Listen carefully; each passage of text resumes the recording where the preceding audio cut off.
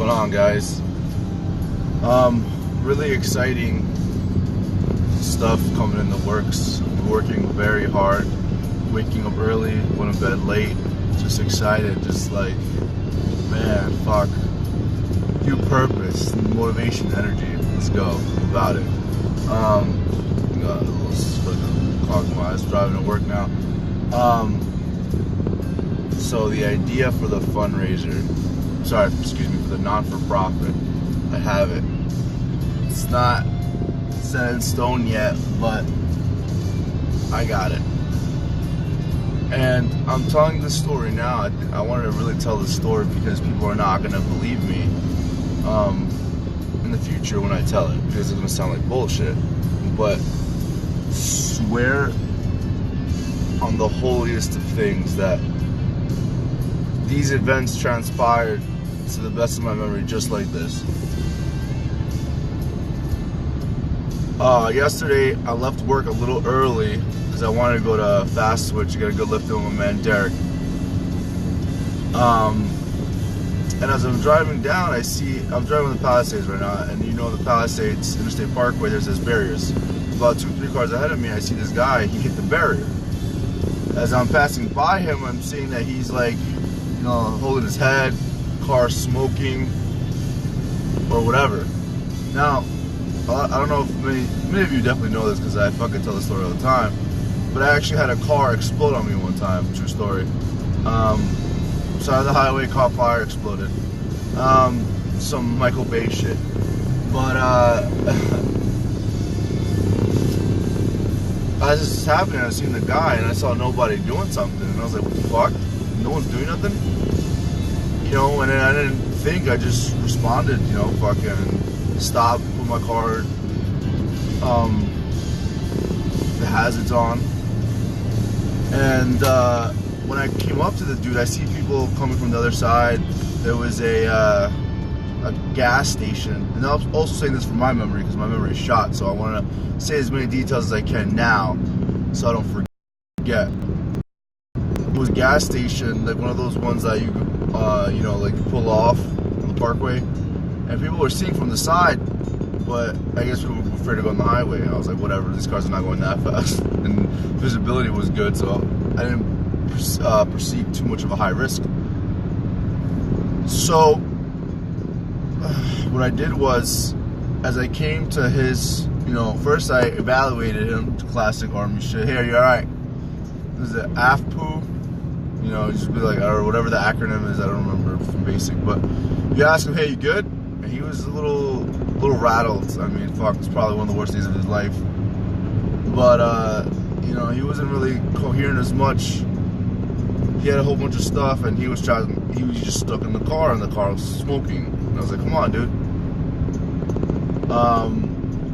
And then someone on the other side was like more sort of like, yo, you gotta get out of the car. So on the other side, I was like, all right, let me help you. So I got him out of the car. And then I was like, and, you know, the only day I don't have my phone, you guys saw on Facebook yesterday, I left my phone at the academy. Of course that would happen, right? But when that happened, fucking cars were just slowing by, turtlenecking. Like, I was just like, what are you guys doing? This guy is having a fucking worst day, and you guys are causing traffic because you guys are fucking turtlenecking. So I wave them by, and I give the hand and arm signals, you know, so they can fucking go, get out of here, because they're causing fucking traffic, which no one likes that shit. And as I'm directing traffic, I need to wait until some kind of responder comes. Somebody, a tow truck, somebody, because I don't know what state this guy's in. I just want to make sure he's okay until I transfer my care from one person onto the other. I didn't think anything of it. It's just like, alright, tow truck's here, and I left. And I was like, wow, that was weird. But as I was leaving and driving to Fast Switch, I came up with the idea for the not-for-profit. And it sounds like a crazy story, but call it whatever you want. And I want to share it with you guys, but I want to wait until it's official before I do. I don't want to jinx it. But I want to explain to you exactly what I had in mind. So there's going to be myself and a board of 3 individuals, a total of 4. And that's the way that I see it now. I'm starting to grow a deeper understanding of not-for-profits. I used to work for one, and I want to go back and talk to my old, one of my old directors, Craig at Quest Autism Programs. He was a cool-ass dude, let me tell you. This guy was an awesome director. Super laid back, you know, just did his thing, super knowledgeable. He was fit to lead because he was a subject matter expert. When I had a question, he answered. When he told me to do something, therefore, I did it. I trusted that, you know, he knew what the fuck he was doing. So, I have to speak to Carrie. Carrie's an awesome woman who's dedicated her life to helping adults with autism. And that chapter of my life was brief, but man, was it fucking significant. If you have never worked with individuals with disabilities, it gives you an entirely new perspective on appreciation, humility, and all these things. And then they weigh heavy. They weigh heavy. And I don't know if I ever shared this on open forum, but when I created Dank Jits memes, it was sort of a coping mechanism, because the whole situation was pretty heavy. Like, dealing with that stuff kind of wears on you a little bit, and you just need to laugh. You need to laugh it off. Laughter is the best medicine. Laughter is an excellent coping mechanism to roll with the punches. And then as it grew, it got bigger and bigger. I saw like how much happiness it was bringing other people, so that started like a chain effect. And after a while, it got bigger and bigger and bigger, and people were like, "Dude, we love your page. We love it. We love it. We live for it." And I was like, "Holy shit! What did I do? what did I do? I'm out here making memes and taking shits, and people are laughing, and I had fun, and that was great, and I love to keep doing it." But that wasn't even like as intentional or as much energy as I'm putting this. That's what makes me excited, because I didn't think that was possible. So if I didn't think that was possible, and I'm here, and I didn't think I'd be as good as jiu-jitsu, and I'm here, and I didn't know that I was going to be here, but I'm here now, like, well, what else? Well, what else can fucking obstruct the path? I feel like, you know, these limitations I place upon myself and my mind, maybe out of insecurity, maybe at a what, but through positive reinforcements through my teammates, through external forces and stuff like that, I'm like, you know what, I got this. I got this. And I really think that people will say like, yo, I think you got this too, man. And I think that people will start like helping and contributing in whatever way they can. And a little bit about I have big goals for this, but you gotta start one thing at a time. So what I had in mind in regards to how I'm gonna run the let's call it the scholarship program. So first step, applicants fill out a massive form. In that massive form, I will have all the data that I need to assess objectively individuals that myself and the board feel are in most need for immediate jiu-jitsu treatment. or, you know, for their training. Because jiu-jitsu is treatment. You cannot change my mind. You cannot. There's objective science to prove it behind when your brain is focusing on one thing, how your brain lights up to combat depression. That's fact. There's the fact that energy, emotion is energy, and catharsis, and that immediate release of energy will leave you feeling better. That's a fact. So jiu-jitsu is therapy, changed my mind. I don't mean to sound combative, but I have to address the skeptics early. So what I'm thinking about doing is taking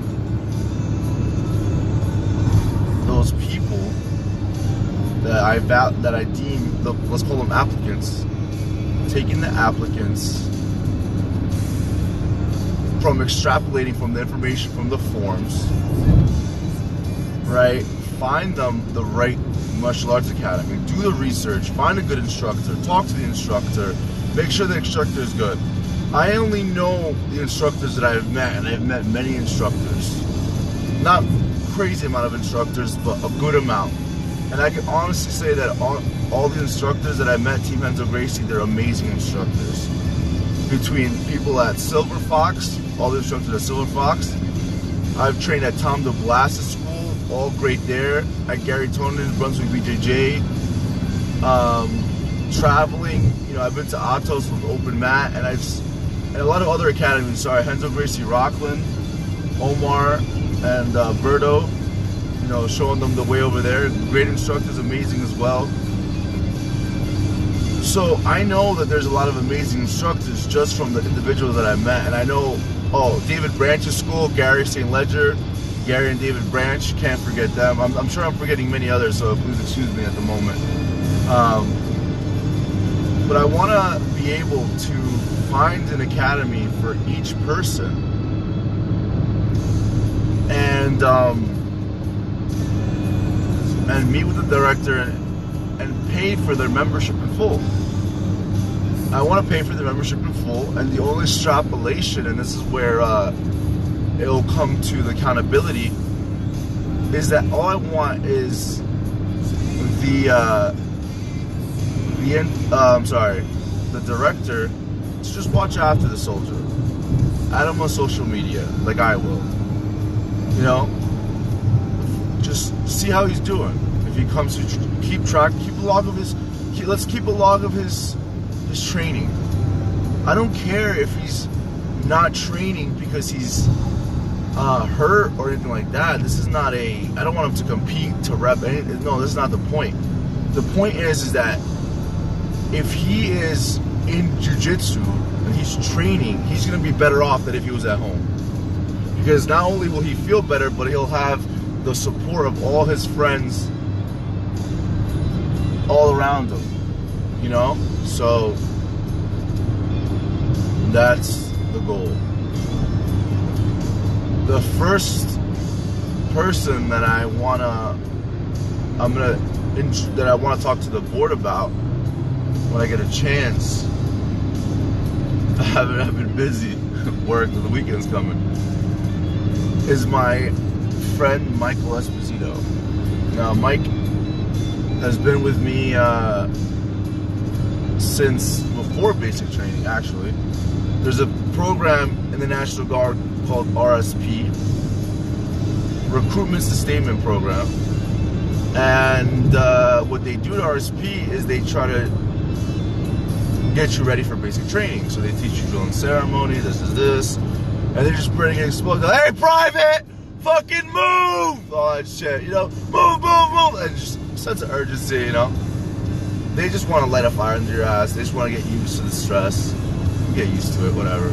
Another day, people yelling, no big deal. But me and him, we first had a bond through MMA, and we talked about fighters when I didn't know too much, and he educated me a lot, and we grew pretty close, you know. He was my boy. I feel like he would die for me and I would die for him, and How many people could say that? I don't know. Doesn't matter. But my point is that I trust him and I want nothing for the best for him. And since my last position in the Army was his appointed squad leader, I feel a sense of duty to him to make sure that he's okay, to make sure that when he goes on his deployment to a particularly bad area, we won't talk about where they're going because that's classified, they're going to a particularly bad area. And I want to teach him as much as I can about jiu-jitsu, so he can learn the skills and the qualities and everything, so that way when he goes with the rest of the guys of the 102nd Cav to their deployment, then he'll bring those skills with him and he can teach them, and they can have gear and they can train, and whatever gear they don't need, they leave over there. And wherever they leave it is now a better place for it, and now America's the winner. Because that's how wars are won, hearts and minds. So, win-win scenario all around. I really, really want to get Mike into jiu-jitsu as soon as possible. And as a matter of fact, I want to get all the other soldiers from the 102nd Cav into jiu-jitsu as well.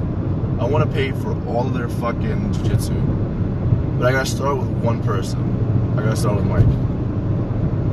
And what I need to start with Mike initially, whatever about 180 times 12 is, I gotta do the math, but close to $2,000 to be paid in full to the academy of his choosing.